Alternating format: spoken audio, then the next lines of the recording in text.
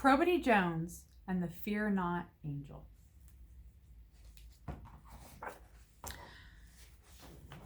The whole family was getting dressed to go out. Everyone except Probity. Probity Jones was sick. Her mother had told her she was too sick to leave the apartment tonight. "I'm sorry, child," her mother had said. "You're burning with fever, and it's colder than 0 outside." "Oh, Mama, I got to go," Probity begged, trying to sit up. "I've been planning this for weeks.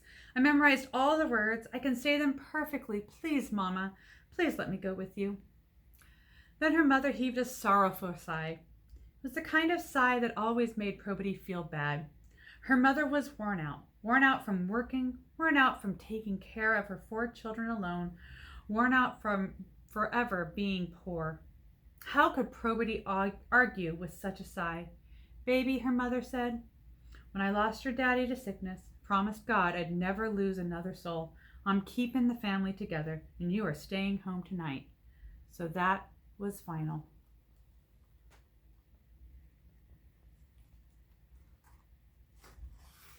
And now Probity could hear her sisters laughing in the kitchen. Snip, snip, snip.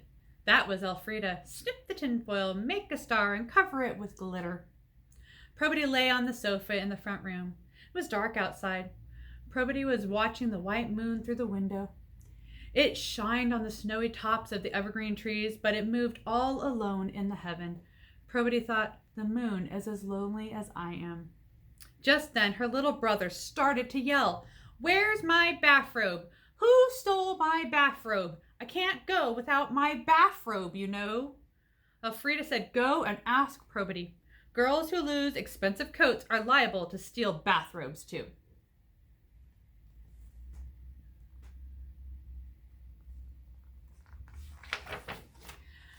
The kitchen door burst open. Light rushed into the front room. So did Probity's brother with his lips stuck out. "Probity," he marched to the sofa and gave her a punch on the shoulder. "Did you steal my bathrobe to wear to church tonight on account of you lost your own coat?" "No, Charles," Probity felt like crying. "I don't have your bathrobe and I'm not going with you tonight." Charles's eyes grew large. "Why not?" he said. He grabbed his sister's nightgown. "Probity, you got to go." "I can't," she said. "'Cause you lost your coat? 'Cause Mama's mad at you? You can wear my bathrobe. I don't mind." "No, Charles, it's because I'm sick." Her little brother got tears in his eyes. "But I'm scared without you, Probe," he said. "You and me, we're supposed to say the words together. How can I say the words without you?" Probity touched his cheek and said, "Say them now." Charles frowned. He said, "Let us go," and he paused and frowned harder. "Let us go now. Let us now go." Then he wailed, "Oh, Probity, I don't know it. I can't say it without you." "Shh," said Probity, "listen to me. Let us now go, even unto Bethlehem." But Charles only howled louder and tried to pull his sister off the sofa. "I need you, Probe. I really need you." But Then their mother came into the room with a wrinkled cotton bathrobe. "Baby brother, you're going to lay me in my grave," she sighed. "Take this and dress your sorry self. Hurry. We leave in 2 minutes."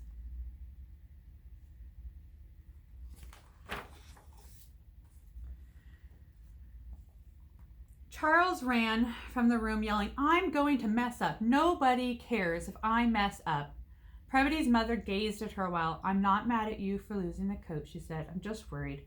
I don't know how to get you another one." She leaned down and kissed her daughter in the middle of the forehead. "Mrs. Johnson down on the 2nd floor. She knows you're home. I asked her to look in on you. Get well, little sister. I love you. I do." It was Christmas Eve. Tonight the children were going to church to be in the Christmas pageant. Charles and Carolyn and Elfrida were supposed to be shepherds. Charles had the speaking part, and Probity had been picked to be the Fear Not Angel, the best part she had ever had in her life. She had memorized the words, "Behold, I bring you good tidings of great joy." But her mother was right. She was very sick. Probity's bones ached. Her brains felt woozy. She was sweaty cold all over. Now Elfrida popped into the front room and shined a flashlight on her grinning face. "See the sparkle?" she said. Sure enough, Probity saw a tiny twinkling of glitter in her sister's hair. Elfrida was a stick that had a tin-foil star at the end of it, also covered with glitter. "My invention," she said. "This is the star the wise men will follow to Bethlehem. Everyone says it's a good thing you messed up, Probe. I'll make a better angel than you. I know how to dress pretty, and I don't lose my clothes. Bye."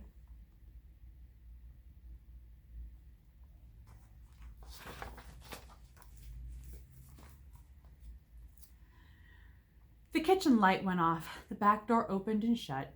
Then the whole family clattered down the apartment stairs, past Mrs. Johnson's place on the second floor, past the Alvarez on the first, and onto the snow. Probity could hear them laughing as they walked off to church. She stared at the moon, perfectly round in the lonely sky, perfectly white. Glitter sparkles in the darkness. 10 million stars. 10 million bits of ice. Probity Jones felt miserable. She began to shiver. No matter how many blankets covered her, she felt as if she were outside without a coat. And that, of course, is exactly what happened to her yesterday. School had let out early for Christmas holidays, and Probity Jones was walking home through a dangerous neighborhood. She should not have gone alone, and she surely should not have been wearing her new coat. She had spent the whole morning showing it off to everyone in school.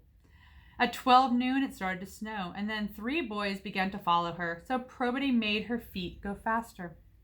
Wait, the boys hollered. "We just want to talk." Probity clutched her school bag and ran as fast as she could. They ran too, smooth as athletes, laughing and calling, "Give it up, girl. We, the marathon men, ain't no one can escape from us."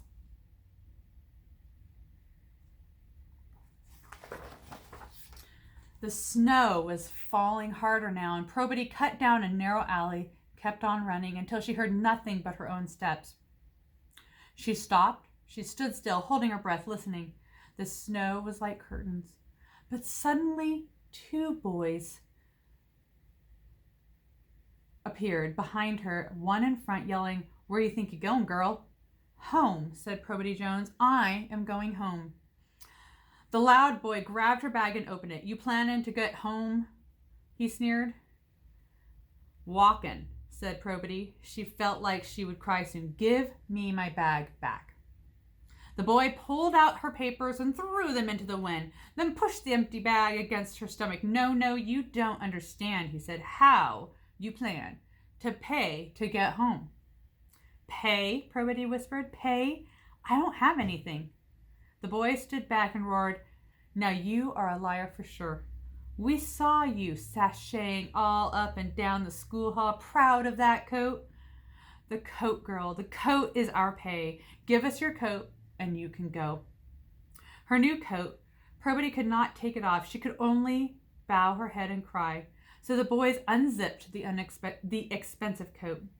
They held her arms back and pulled off the sleeve, then vanished in a whirl of snowfall. The wind was howling. All the city was hidden in white. Probity wore nothing but jeans and a cotton t-shirt, and now she was lost. It must have been after 2 o'clock when she found her way home, shaking with cold and very sick. Knock, knock. So now it was Christmas.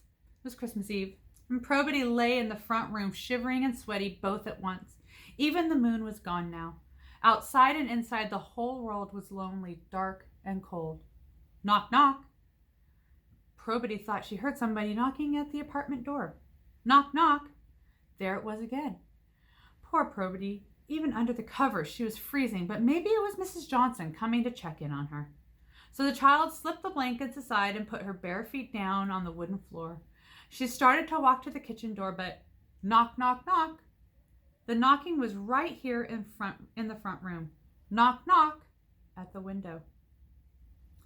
Someone was knocking on the outside of the window. Probity crept over to the window and saw that the snow had begun to fall again, as thick as wool and perfectly quiet.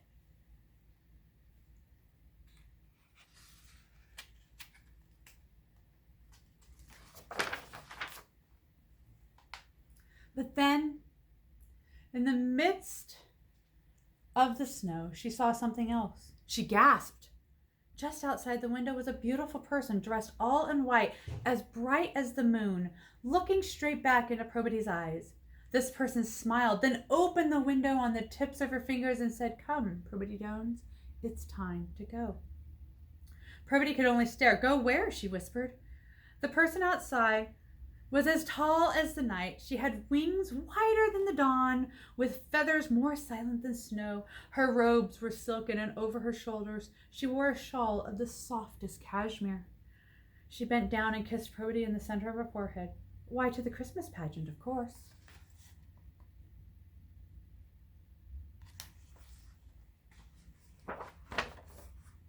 The beautiful person reached through the window and gathered Probity up in her arms.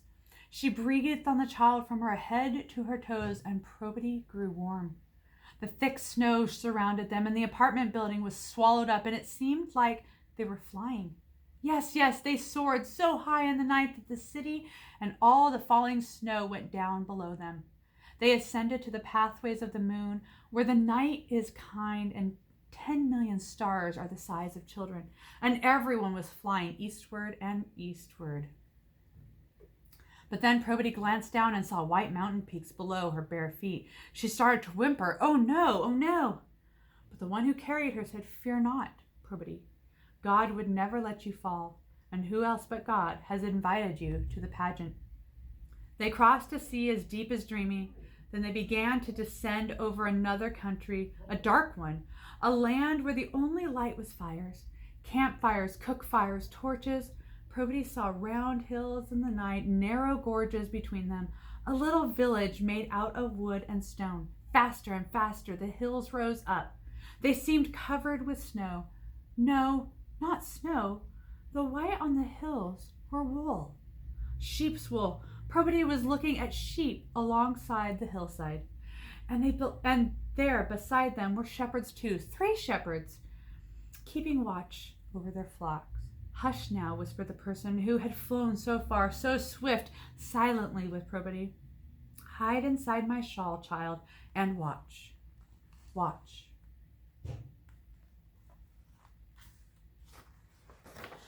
Lower they sailed to the shepherds on wings as wide as the wind. Brighter and higher the beautiful person began to shine, until the light on the hillside was more glorious than the sun, and all at once Probity knew who this was. This grand and shining figure was the Fear Not angel. The poor shepherd was terrified by the brightness. They dropped to the ground and covered their heads with their arms. But the angel said, fear not. Behold, I bring you tidings of great joy." Wait, Probity knew those words. These words were the very words she had memorized for the pageant. Oh, she was happy now. She stuck her head on beneath the angel's throat and sang along as loudly as she could sing. She and the angel sang together, "For unto us is born this day in the city of David a Savior, which is Christ the Lord." The shepherds lowered their arms and looked up. 2 of them had glitter in their hair, and one was wearing an old, wrinkled bathrobe. Probity and the angel sang, "And this shall be a sign unto you. Ye shall find the babe wrapped in swaddling clothes and lying in a manger."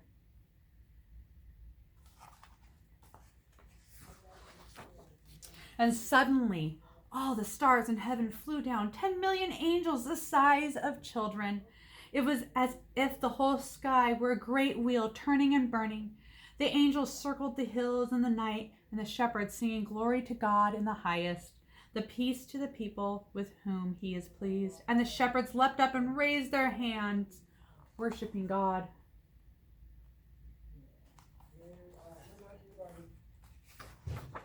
And when the roaring chorus was over, and the hosts had flown back into heaven, and the Fear Not angel too had dimmed her brightness, Probity saw that 2 of the shepherds were smiling, but one was frowning, the one with the wrinkled bathrobe. Her heart was beating hard for that shepherd. He coughed, he rubbed his forehead, he muttered, "Let us now go even." Suddenly he threw back his head and shouted at the top of his lungs, Go even until Bethlehem and see this thing which is come to pass, which the Lord has made known unto us. Probity clapped her hands. She clapped and wished that she could kiss the little shepherd, but no one heard her, and all three shepherds were already racing over the hills to the north.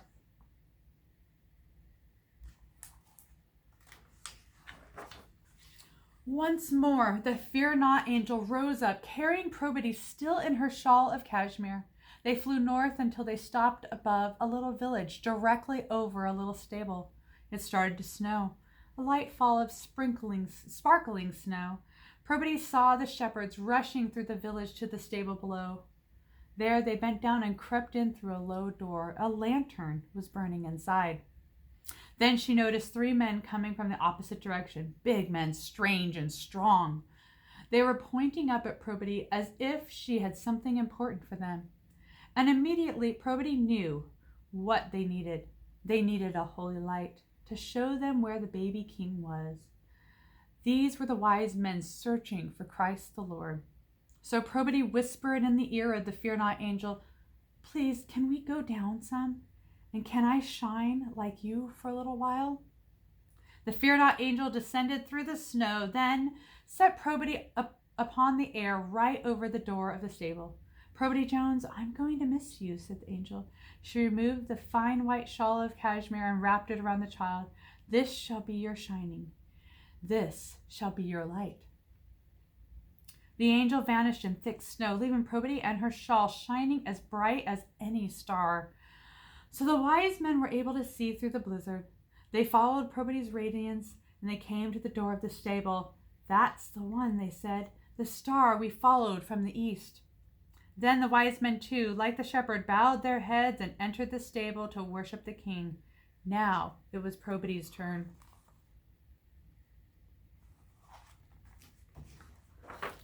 She wrapped the fine white shawl around herself and walked down the air as if it were steps.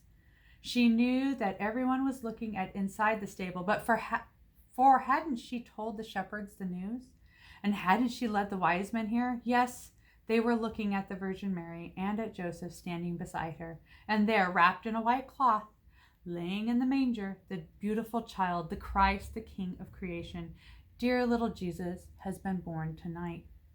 Probity went forward, prepared to go through the stable door, but the wind howled louder and the snow blinded her. It swallowed the stable in whiteness. The girl bent her head against the screaming wind. She felt for the sides of the doorway. She grabbed them in her hands, then put one foot through. Though it was dark inside, that she couldn't see anything. Probity drew her other foot in, and suddenly the wind stopped blowing. It was quiet inside, but perfectly dark. Knock, knock. Where were the shepherds and the wise men? Where was the baby Jesus? Knock, knock. Someone was knocking far away. Someone else wanted to come in. Probity began to feel her way through the darkness toward the knocking, and she bumped into her old sofa, all the covers in a mess. Knock, knock, knock. Now she walked on the wooden floor to the door, to the kitchen door.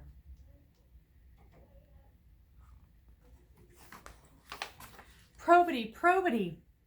That was her little brother Charles's voice. So Probity Jones switched on the light and ran to the back door of the apartment. She unlocked the lock, took hold of the doorknob, and threw the door wide open. Charles ran straight into the room and grabbed his sister and danced and danced. "I did it! I did it!" he cried. "I said all the words. Oh, Probe, it was just as if you were there with me." Elfrida and Caroline came in with the snow glitter on their shoulders. "Girl, you should have heard the angel sing. It was the angel of heaven. It surely was." Behind them all, still framed at the doorway, was Probity's mamma, her eyes as bright as diamonds. She was staring hard at her daughter. "Child, something happened here, didn't it?" "Yes, it did," Probity said. "Look at you, baby. Look at my girl in a bright new coat." Probity walked forward and pressed her head against her mamma's stomach. The woman knelt down and hugged her. "What, child?" she whispered. "What happened tonight?" "Oh, Mama, the angel of the Lord came down and carried me off to Bethlehem. And Jesus was born, and I was there, and so was Charles, talking so beautifully. And Elfrida and Caroline, too, and I got to tell the good news to the people. Me, Mama, Probity Jones, I was at the pageant. We were all there together.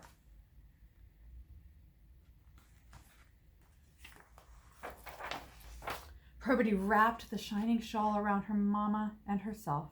And this came from the Fear Not angel. And oh, mama, the angel gave me a piece of herself to keep forever and forevermore. The end. That was Probity Jones and the Fear Not Angel by Walter Wagarin Jr., illustrated by Tim Ladwig.